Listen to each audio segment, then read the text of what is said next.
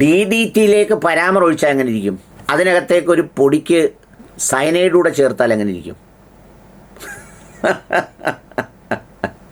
ഏതോ ഒരു നാട്ടിൽ ഒരു മനുഷ്യൻ ജനിച്ചു. ആ ജനിച്ചത് തന്നെ ജന്മഗുണവാസനയിൽ അതൊരു ചെറിയ പരാമർ പോലെ വിഷമയമായ ഒരു വസ്തുവായിരുന്നു. അതിന് മാതാപിതാക്കൾ പേരിട്ടു. മോനു മോനു എന്ന് പേരിട്ട ശേഷം വളർന്നപ്പോൾ അത് മോഹൻദാസ് ആക്കി മാറ്റി. അയാളിലേക്ക് പിന്നീട് കാലവും അയാളുടെ ചിന്തകളുമൊക്കെ കുറേ കൂടുതൽ പൊട്ടാസ്യം സയനൈഡുകൾ ചേർത്തുകൊണ്ടിരുന്നു. അങ്ങനെ അയാൾ എന്തു ചെയ്തു? നല്ല ഒന്നാം തരം ഒരു വിഷമായി മാറി.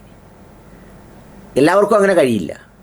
ഇപ്പോൾ ഏതെങ്കിലുമൊക്കെ പാർട്ടികളിൽ, ഏതെല്ലാം സ്ഥലങ്ങളിൽ, ഏതെല്ലാം മനുഷ്യർ ഏതെല്ലാം പ്രത്യയശാസ്ത്രങ്ങളിൽ ജോലി ചെയ്യുന്നു. കോൺഗ്രസ്സിലുണ്ട്, BJPയിലുണ്ട്, CPMലുണ്ട്, RSSലുണ്ട്, ഇതിലെല്ലാം ഉണ്ട്. പക്ഷേ അതിലെല്ലാം അവരുടെ ജന്മഗുണം പരിമിതപ്പെടുത്തുന്ന ചില ബൗണ്ടറീസ് ഉണ്ട്. ആ ബൗണ്ടറിക്കകത്ത് നിന്നേ അവർക്ക് ചെയ്യാൻ പറ്റുള്ളൂ. പക്ഷേ ചിലതങ്ങനെയല്ല. അവർ അതിൽ ജനിച്ചു പോയതുകൊണ്ടല്ലേ എവിടെ പോയാലും അങ്ങനെയായിരിക്കും. അത്തരത്തിലുള്ള കുറേ ആളുകളുണ്ട്. ഈ വേറെ പാർട്ടിയിൽ മരിച്ചവരെ തെറി പറയുക. ഇപ്പോൾ കഴിഞ്ഞ ദിവസം കണ്ടില്ലേ, നരേന്ദ്രമോദിയായിട്ട് വിയോജിപ്പുണ്ടെന്ന് വിചാരിച്ച് അദ്ദേഹത്തിൻ്റെ അമ്മയെയും അച്ഛനെയും ഒക്കെ തെറി പറയുന്ന ഒരു മേക്കപ്പ് ആർട്ടിസ്റ്റിൻ്റെ പേര് ഞാൻ മറന്നുപോയി. ജാൻമണി എന്നോ അങ്ങാണ്ട് പറയുന്നത്. അതൊന്നും നമുക്ക് അനുകൂലിക്കാൻ പറ്റില്ല. അതൊക്കെ എല്ലാവർക്കും സാധ്യമാകുന്നില്ല. അവർ മാപ്പ് പറഞ്ഞിട്ടുണ്ട്. ഇന്ന് രാവിലെ മാപ്പ് പറഞ്ഞു, കേട്ടു, സന്തോഷം. അത്രയെങ്കിലും അവർക്ക് തോന്നിയല്ലോ. എന്നാൽ മാപ്പല്ല, ഒന്നും പറയാതെ ഈ മോനൂട്ടൻ എന്ന് പേരിട്ട് ഓമനിച്ച് വളർത്തിക്കൊണ്ട് നടക്കുന്ന, അല്ലെങ്കിൽ സാധാരണ സ്ഥലങ്ങളിൽ വിൽക്കാത്ത വളരെ ലഹരി കൂടിയ മാരക വിഷം ലണലിയെ കൊണ്ട് കടിപ്പിക്കുന്നു എന്നൊക്കെ പറയുന്നത് പോലെയുള്ള ഒരു വിഷം കിട്ടുന്ന ഒരു കടയാണ് നമ്മുടെ മോഹൻദാസ് ചേട്ടൻ്റെ കട. മോഹൻ ചേട്ടൻ്റെ കടയിൽ വിദ്യാർത്ഥി സമരം, തൊഴിലാളി സമരം, കർഷക സമരം എന്നൊക്കെ പറയുന്നത് അദ്ദേഹത്തിൻ്റെ പ്രായം കൊണ്ട് നമ്മളെല്ലാം വിചാരിക്കുന്നത് പോലെ സവിശേഷമായ ചില വൈകാരിക കേന്ദ്രങ്ങൾ നിശബ്ദീകരിച്ചതുകൊണ്ട് അതിലൊരു കുറവുണ്ടാവുമെന്ന് കരുതുന്നെങ്കിൽ തെറ്റാണ്. അങ്ങനെ നിശബ്ദീകരിക്കപ്പെടുമ്പോഴാണ് കൂടുതൽ ആവേശത്തോടെ അവിടെ ആളി കത്തിക്കാൻ ആ പ്രായത്തിലുള്ളവർ ശ്രമിക്കുക.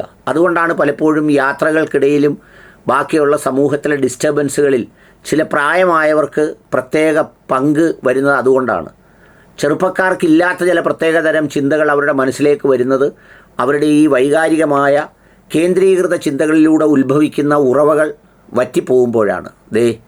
ബലാത്സംഗം കൂട്ടബലാത്സംഗമായിട്ട് നടക്കും. പിന്നെ ദൈവം സഹായിച്ച അതിന് പരാതി ഉണ്ടാവില്ല. കാരണം ഈ ബലാത്സംഗം ഇഷ്ടപ്പെടുന്ന ടീമാണ്. ഈ വഴലൂർ ദേവസ്വം കളിയാണ് അവിടെ നടക്കുന്നത് മുഴുവൻ. ബലാത്സംഗം ഇഷ്ടപ്പെടുന്ന സ്ത്രീകളുണ്ടല്ലോ, പെൺകുട്ടികളുണ്ട്. പണ്ട് പുനത്തിൽ കുഞ്ഞബ്ദുള്ള ഒരു കഥ എഴുതിയിരുന്നു. അതിന്റെ അവസാനം മലമുകളിലെ കുഞ്ഞബ്ദുള്ളയെ എന്നെ വന്ന് ബലാത്സംഗം ചെയ്യൂ എന്ന് ഒരു സ്ത്രീ പറയുന്നതായിട്ടാണ് കഥ അവസാനിക്കുന്നത്. അപ്പോൾ ബലാത്സംഗം ഇഷ്ടപ്പെടുന്ന ആൾക്കാരുണ്ട്. പ്രത്യേകിച്ചും ഇടതുപക്ഷ, മതനിരപേക്ഷ, ജനാധിപത്യ, വർഗ, ബഹുജന, ഡിമാല, ഗുണ്ടി, ഗുണ്ടന്മാരൊക്കെ ഈ പരിപാടി, മേൽപ്പറഞ്ഞ പരിപാടികളൊക്കെ ഇഷ്ടപ്പെടുന്നവരാണ്. അപ്പോൾ ഇത് കേൾക്കുമ്പോൾ നിങ്ങൾ വിചാരിക്കും പുള്ളി ഇത് കേട്ട് വളരെ സന്തോഷത്തോടെ ആക്ഷേപിക്കാൻ വേണ്ടി പറയുവാണ്. അങ്ങനെയല്ല. പുള്ളി ഇത് വല്ലാണ്ട് കുതിക്കുന്നുണ്ട്. ഈ കുഞ്ഞബ്ദുള്ള കേട്ടതുപോലെ ഒരു അശരീരി എവിടെ നിന്നൊക്കെയോ പുള്ളി കേൾക്കുന്നുണ്ട്, ആരൊക്കെയോ വിളിക്കുന്നതായി. പക്ഷേ അവിടേക്ക് ശരീരം സഞ്ചരിക്കാനാവാത്ത ഒരു നിർവികാരത അദ്ദേഹത്തെ തളർത്തുന്നുണ്ട്. അതിനൊരു സൈക്കോളജിയിൽ ഈ കോമ്പൻസേറ്ററി ഫീലിങ്സ് എന്നൊക്കെ പറയുന്നത് പോലെ അത് മറ്റൊരു തരത്തിൽ പറഞ്ഞ് ആശ്വസിക്കുകയാണ് ബഹുമാനപ്പെട്ടവർ ചെയ്യുന്നത്. അതുകൊണ്ട് ബലാത്സംഗ പരാതിയുള്ള, പക്ഷെ ബലാത്സംഗം നടക്കും. അതിനിടയ്ക്ക് ആരെങ്കിലും ചത്തു കഴിഞ്ഞാൽ അടുത്ത രക്തസാക്ഷിയായി, രക്തസാക്ഷികൾ സിന്ദാബാദ്, പകരം ഞങ്ങൾ ചോദിക്കും, ഡിങ്കിടി ഡിങ്കിൻ ഡിങ്കി ഡിങ് ഡിങ് എന്ന് പറഞ്ഞ് എങ്ങനെ വീട്ടിൽ കിടത്തി ഉറക്കുമ്പോൾ ഈ പുള്ളിയൊക്കെ ഒന്ന് ആലോചിച്ച് നോക്കുക. ആരെങ്കിലുമൊക്കെ ആ വീട്ടിലുണ്ടാവില്ലേ? ഇതിന് നല്ലൊരു ചേട്ടൻ മറുപടി പറഞ്ഞിട്ടുണ്ട്. ഞാൻ മറുപടി പറയുന്നില്ല. നോക്കൂ, ഇയാളെ ഒന്നും അഡ്രസ്സ് ചെയ്യാനുള്ള യാതൊരു നിലവാരവും ഉള്ളത് കൊണ്ടല്ല. ഇതൊരു സ്പെസിമനാണ്. ഈ കേരളത്തിലെ ഓരോ സംഘപരിവാറുകാരനും ആഗ്രഹിച്ചിരുന്നതാണ് ഇയാളുടെ വായിലൂടെ ഛർദ്ദിച്ചത്. ജന്തർ മന്ദറിൽ തടിച്ചുകൂടിയ നമ്മുടെ ആ ഓരോ കുഞ്ഞുങ്ങളെയും വെടിവെച്ച് കൊന്ന് ലോറിയിൽ അടുക്കി കയറ്റി ശവം കൊണ്ടുപോകുന്നത് കാണാൻ കൊതിച്ചിരുന്നവരാണ് കേരളത്തിലെ ഓരോ സംഘപരിവാറുകാരും. അത് ഒന്ന് മനസ്സിലാക്കണം. ആര്? നമ്മുടെ പുതിയ കുഞ്ഞുങ്ങൾ മനസ്സിലാക്കണം. എത്ര നിന്ദ്യവും നികൃഷ്ടവുമാണ് ഈ കൂട്ടരുടെ മനസ്സെന്നുള്ളതിന് ഇത് കൂടുതൽ ഉദാഹരണം വേണോ ചങ്ങാതി? അതൊന്നും നമ്മുടെ കുഞ്ഞുങ്ങളെല്ലാവരും ബോധ്യപ്പെട്ടിരിക്കുന്നത് വളരെ നല്ലതാണ്. അതിനുവേണ്ടി മാത്രം ഈ നികൃഷ്ടത നിങ്ങളുടെ ശ്രദ്ധയിൽപ്പെടുത്തുന്നു. എനിക്ക് ഈ സിറ്റുവേഷൻ കയ്യിൽ കിട്ടിയാൽ ഞാൻ എന്ത് ചെയ്യും നിങ്ങളോട് പറയാം.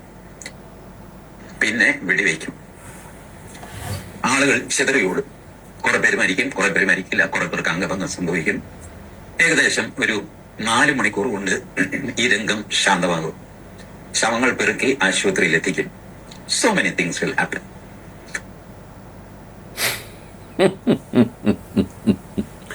വെടിയുണ്ട മുന്നോട്ട് പോയാൽ തെറിച്ചു പോകുന്ന ശരീരവും ഒക്കെയാണ് ആകെയുള്ളത്. അത് വെച്ചാണ് പുള്ളി ഈ വെടിയെല്ലാം വെക്കാൻ നടക്കുന്നത്. കുഞ്ഞബ്ദുള്ളയുടെ കഥയിൽ പറഞ്ഞതും പിന്നിപ്പോൾ കാര്യമില്ലാതെ പറയുന്നതുമൊക്കെ. ഇതൊക്കെ എന്ത് സംഭവിക്കുന്നതെന്നാണെന്ന് ചോദിച്ചാൽ വേറൊന്നുമില്ല, ഞാൻ നേരത്തെ പറഞ്ഞത് തന്നെയാണ്.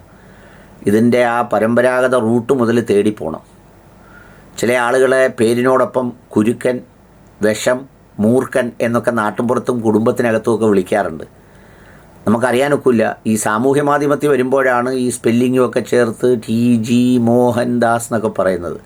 കുടുംബത്തിലുള്ള ആരോടെങ്കിലും തിരക്കി നോക്കണം ഈ സംഗതി എന്തുവാണെന്നുള്ളത്. അപ്പോഴാണ് ഇതിൻ്റെ വിവരം അറിയുന്നത്. എൻ്റെ പ്രിയപ്പെട്ട മോഹൻദാസെ, ഇതുപോലൊക്കെ പറഞ്ഞ എത്രയോ പേര് മരിച്ചുപോയി. നമ്മുടെ ഗോപാലകൃഷ്ണൻ സാറൊക്കെ. ഇപ്പോൾ ഓർത്തിരിക്കാൻ വല്ലതും ബാക്കിയുണ്ടോ? നല്ലതെന്തെങ്കിലും പറഞ്ഞ് ജീവിക്കുക.